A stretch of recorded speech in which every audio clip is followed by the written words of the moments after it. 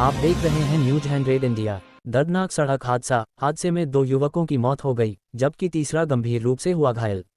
खटीमा ऊधम सिंह नगर। खबर जनपद ऊधम सिंह नगर के खटीमा से है, जहां झनकैया में एक दर्दनाक सड़क हादसा हो गया, जो झनकैया पूरनपुर मार्ग पर बगुलिया निवासी एक बाइक पर सवार 3 युवक मवेशी से टकरा गए। इस हादसे में 2 युवकों की दर्दनाक मौत हो गई, जबकि तीसरा गंभीर रूप से घायल हो गया। मृतकों की पहचान में सुरंजन पुत्र कालीपद और तोइफ पुत्र मोह शाना तथा तीसरा घायल पवित्र का इलाज सामुदायिक स्वास्थ्य केंद्र में चल रहा है। डॉक्टर बीपी सिंह ने बताया कि बगुलिया निवासी 3 युवकों को गंभीर रूप में लाया गया, जिसमें एक युवक की मृत्यु हो गई थी, दूसरे को हायर सेंटर ले जाते समय रास्ते में ही मृत्यु हो गई, जिनका पोस्टमार्टम कराकर उनके परिवारजनों को सौंप दिया जाएगा। वहीं एक युवक गंभीर रूप से घायल है, जिसका इलाज हमारे ये किया जा रहा है। इस दौरान शिवशंकर भाटिया ने मवेशियों को लेकर कहा कि जब तक गौशाला न बन जाए तब तक मवेशियों को जंगल में तार बांधकर एकत्र करना चाहिए। इस पर विधायक भुवन चंद्र कापड़ी ने कहा कि हल्दी घेरा लगभग 7.5 एकड़ भूमि पर गौशाला का निर्माण शुरू होने जा रहा है, जिसमें 2000 मवेशियों को एक साथ रखा जा सकेगा। साथ ही सरकार की लापरवाही के कारण जो दुर्घटनाएं हुई है, इसका सरकार को मुआवजा देना चाहिए। खटीमा से सलीम की रिपोर्ट।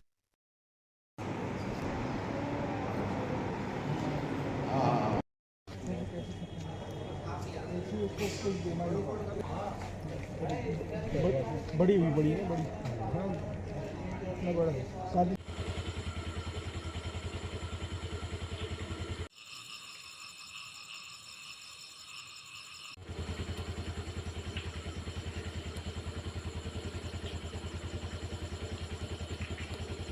देर रात में करीब 8-9 बजे 3 युवक को लाया गया 108 के माध्यम से, जिन्होंने बताया कि किसी जानवर से टकराने से उनको चोटें आई थी।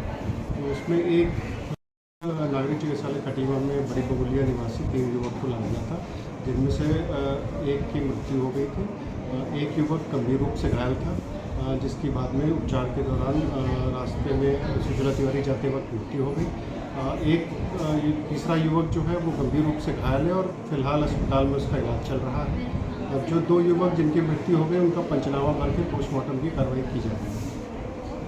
देखिए, जिस हिसाब से सरकार में गौ रक्षा की बात करी जाती है, गौ माता की बात करी जाती है, वो सिर्फ किताबी बातें हैं, धरातल में कहीं नहीं दिखाई देती। और उसके कारण आज सड़क पर कई हादसे हो रहे हैं, जिससे कई लोगों की मृत्यु हो गई है और लगभग महीने में एक आध एक्सीडेंट ऐसा ज़रूर देखने को मिलता है और कई जगह पे जानवर घायल मिलते हैं। गौशाला का निर्माण पहले दिया में हुआ था, गौशाला बह गई, तब भी हमने कहा था कि वो गौशाला ठीक जगह पर नहीं है। प्रतिवर्ष बाढ़ आती है और वो गौशाला को बह जाने की आशंका रहेगी, और वो बह गई।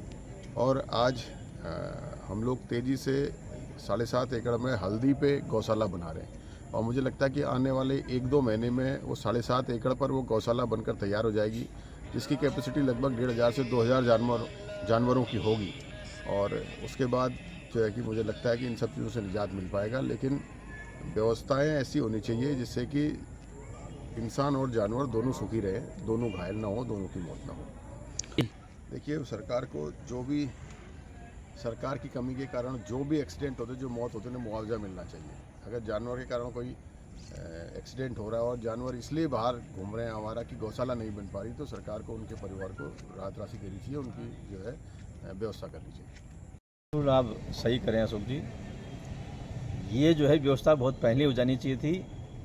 इसके लिए जो है सरकार को गौशाला पहले सरकार ने कहा दिया में बनाया, तो दिया में पूरा जो है बाढ़ के चपेट में आकर के वो बह गया। उसके बाद अभी उसको नौसर साइड में जो है फिर गौशाला बनाने की बात आ रही है। हमारा ये मानना है कि गौशाला तैयार होने तक इनको जंगल में, जैसे पहले जंगल में छोड़ दिए जाते थे, तो तार बाड़ करके जो है और हल्का सा एक टीन सेट बना के जंगल में ही जो लोग और जानवर रहते थे। आज क्या हो रहा है कि जानवर जो है प्रत्येक गांव घर वाले जो है रोडों में छोड़ दे रहे हैं, तो जानवर जो हैं रोडों में भटक रहे हैं। बड़ी विडम्बना है, मतलब जो है कि लोग जो है वहाँ से हमारे जितने भी जो है चिराग हैं वो इसमें बुझ रहे हैं, क्योंकि आदमी तो रोड में चलेगा, जानवर जो है विपरीत दिशा की ओर जाता है, इसलिए आदमी को पता नहीं रहता है कि वो किस दिशा की ओर घूम रहा है। वो आदमी लेफ्ट जा रहा है तो वो दाहिनी तरफ घूम जाते हैं, तो अचानक जो है टकराते हैं, टकराने से जो है उनकी मौतें हो जा रही हैं। तो ये बहुत गलत विडम्बना है।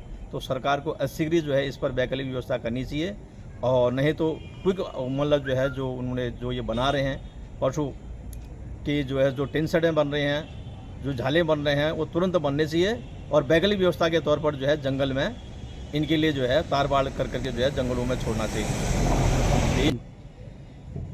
इसमें ये भी आपदा के अंदर आना चाहिए। आपदा के तहत जो है सरकार द्वारा इनको भी मुआवजा मिलना चाहिए, क्योंकि ये भी जो है एक आपदा है, क्योंकि वह जानबूझकर जो है जानवर से नहीं टकराते हैं। जानवर अचानक वहाँ पर जो है अन्य स्थान से इधर से उधर से भटकता हुआ रोड में आ रहा है, तो इसमें भी सरकार को जो है एक आपदा समझ करके मुआवजा देना चाहिए। आपका नाम? मैं शिवशंकर भाटिया।